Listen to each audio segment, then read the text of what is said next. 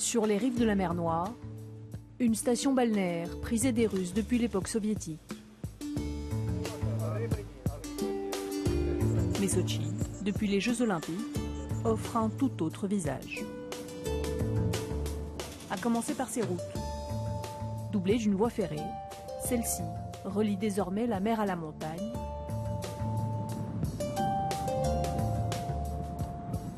Au bout, 3 nouvelles stations de sport d'hiver. La plus grande, Rosa Khutor.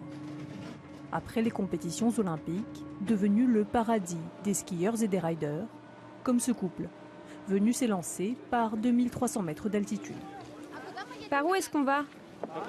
Par où tu veux, Dasha? Allons par là. On y a déjà été, non? Et alors? Avant les JO, je n'allais skier qu'en Europe.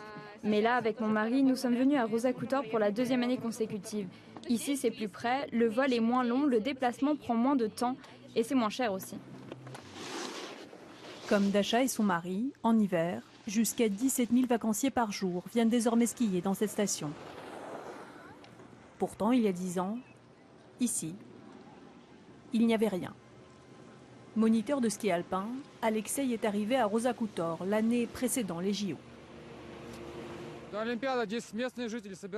Ici, avant les Jeux, les habitants locaux ramassaient des champignons et des baies sauvages. Ils faisaient paître leurs troupeaux, leurs vaches et leurs moutons. Lorsque la Russie a remporté les JO en 2007, il y avait déjà le projet de construire ici un complexe de sport d'hiver. Les Jeux ont donné un coup d'accélérateur. Vladimir Poutine s'est rendu en Autriche en 2001, où il a assisté au championnat du monde des sports d'hiver.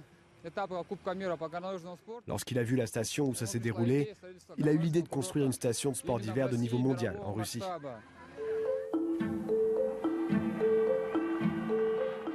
Février 2001, les championnats du monde de ski alpin en Autriche. À la tribune présidentielle, Vladimir Poutine profite du spectacle. Dans ses valises lors de cette virée tyrolienne, il a un ami. Le milliardaire russe Vladimir Potanin. L'oligarque rêve déjà depuis longtemps d'offrir à la Russie une station de niveau mondial. En 2007, la Russie remporte la tenue des JO. Les crédits d'une banque russe publique pleuvent pour les proches de Vladimir Poutine qui se partagent les chantiers olympiques. Le rêve Rosa Khutor devient réalité. Tes bâtons, on amortit les jambes. C'est bon, t'es à l'aise? Suis-moi. Alexei vient d'une petite ville au nord du cercle polaire. Allez, allez, plus haut. Son rêve à lui, c'était de vivre et travailler à Sotchi. Le moniteur là-bas, Sacha, il vient de Magnitogorsk. Et là-bas, c'est Lena. Elle vient de Tcheliabinsk. Tous, on vient d'ailleurs. Ici, tu gagnes bien ta vie et tu vis dans de bonnes conditions. Par rapport au niveau de vie dans les autres régions du pays, c'est incomparable. Pour Katia, c'est un premier cours de ski. On écarte les talons écartés, bras en avant. Avec son mari, ils sont venus à Sotchi l'année des JO pour le premier Grand Prix de Formule 1 qui, depuis un siècle, se déroulait en Russie grâce au circuit construit dans le parc olympique. Lorsque nous sommes arrivés, nous avions réservé une chambre d'hôtel pour une semaine. Après la course, nous avons prolongé d'une semaine, puis encore d'une semaine. Et nous sommes restés à Sotchi. L'hiver, il fait 20 degrés à la mer et il y a du soleil. Et à 1 heure de route, il y a la montagne où on peut skier.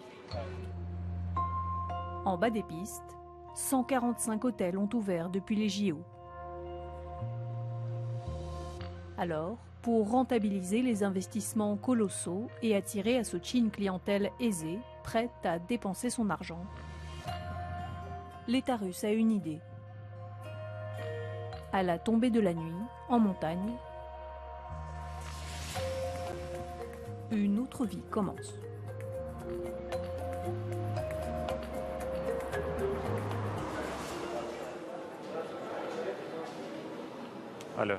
Allô?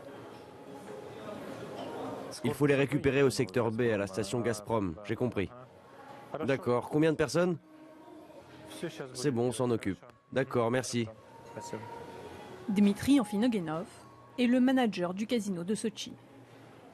Et à cette heure-ci, il reste scotché à son téléphone. Là, il est 17 h et les gens qui descendent de la montagne veulent réserver une table au restaurant et prendre du bon temps au casino. C'est la haute saison et nous recevons des clients, disons, très fortunés. Le casino de Sotchi a ouvert il y a 1 an, jour pour jour. Et en Russie, ce n'est pas un événement anodin. En Russie, c'est un business interdit.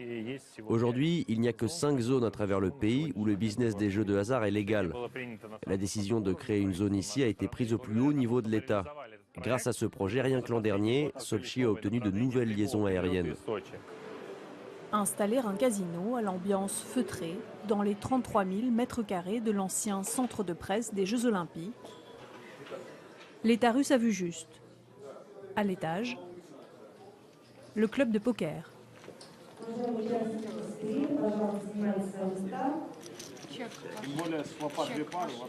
Autour de ces tables, des clients privés de casino depuis leur fermeture en 2009 et qui ont trouvé à Sotchi leur nouvel Eldorado. Je viens jouer 1 fois par mois. Si ce n'était pas le casino, bien sûr que je ne viendrais pas aussi souvent. Si c'était juste pour skier, je viendrais 1 fois par saison. Aller à la mer 1 fois par saison aussi. Mais là, je viens 12 fois par an. Je suis arrivé ici en septembre de Khabarovsk, en Extrême-Orient russe. Et je suis resté. Cela fait 5 mois que je vis grâce au poker. Je suis un ancien militaire et si vous savez combien gagne un militaire par mois, eh bien ici je gagne 3 fois plus. Mais l'ambition du casino, c'était de rayonner à l'international. Pour y parvenir, il s'est offert une star du poker russe. Dans les années 90, Arthur Boskanian a fondé les premiers clubs de poker en Russie.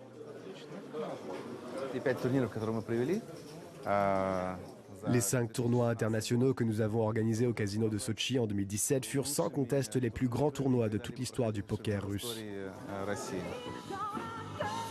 Fier de sa réussite, ce soir, le casino de Sotchi fête en grande pompe son premier anniversaire.